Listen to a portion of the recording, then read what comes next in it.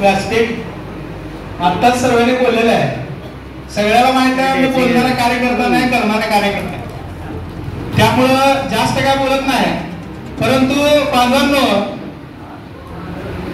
जे काय राजकारण चालू आहे अतिशय दलितच्या प्रकारे राजकारण चालू आहे आणि घाणेरडं राजकारण सर्वप्रथम बंद केलं पाहिजे अशी विनंतीचा इशारा सरकारला देतो. आज प्रत्येक समाजामध्ये अन्याय चाललेला आहे. कोळी समाज असेल, दलित समाज असेल, मुस्लिम समाज असेल, बौद्ध समाज असेल, दलित समाज असेल, एवढा अन्याय एवढं व्हायला लागलंय. परंतु आता सध्या लोक काय म्हणतात हिंदू खतरेने.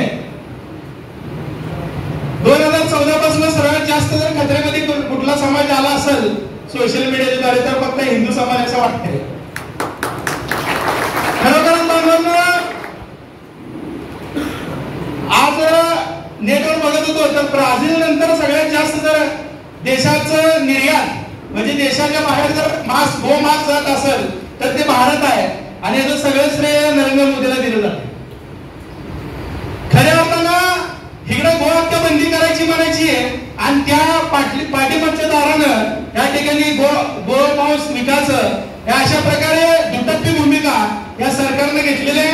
आणि नक्कीच आता आमचे वकील साहेब असतील, आमदार साहेब असतील, देवेंद्र दादा असतील किंवा आमचे बबलू दादा असतील, त्यांच्या मार्गदर्शनाखाली नक्कीच सोलापुरामध्ये जशाच्या तशा उत्तर दिलं जाईल. येणाऱ्या काळामध्ये या मुस्लिम समाजासोबत या कुरेशी समाजावर आणि ज्या ज्या समाजाला अन्याय होत आहे त्या समाजाला आम्ही बहुजनाचे सर्व बहुजन बांधव बहुजन नेते रामदादा इथं आहेत. आम्ही सोबत या ठिकाणी खांद्याला खांदा लावून त्याचबरोबर एक पाऊल पुढं या ठिकाणी तारेचं उत्तर आम्ही दिल्याशिवाय शांत असणार आहे. आणि तुम्ही काही निर्णय घ्या, तुमच्या निर्णयासोबत आम्ही ऍक्शन मोड नुसार असू अशी तुम्हाला ग्वाही देतो. जय हिंद, जय महाराष्ट्र, जय